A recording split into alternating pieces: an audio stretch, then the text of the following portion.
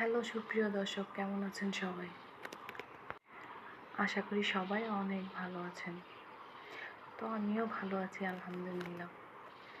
এই যে যারা বলেন না, একজন আরেকজনকে ছাড়া বাঁচবো না, একজন আরেকজনকে ছাড়া জীবন শেষ, একদম সব শেষ, এগুলো হচ্ছে চরম মিথ্যা কথা।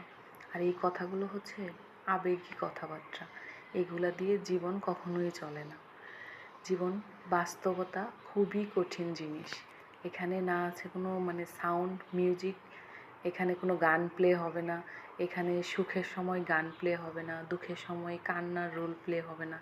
এইটা বাস্তব জীবন, খুবই কঠিন জিনিস।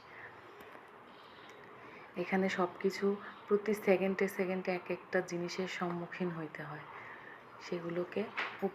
সেগুলোকে অতিক্রম করে আমাদেরকে চলতে হয়।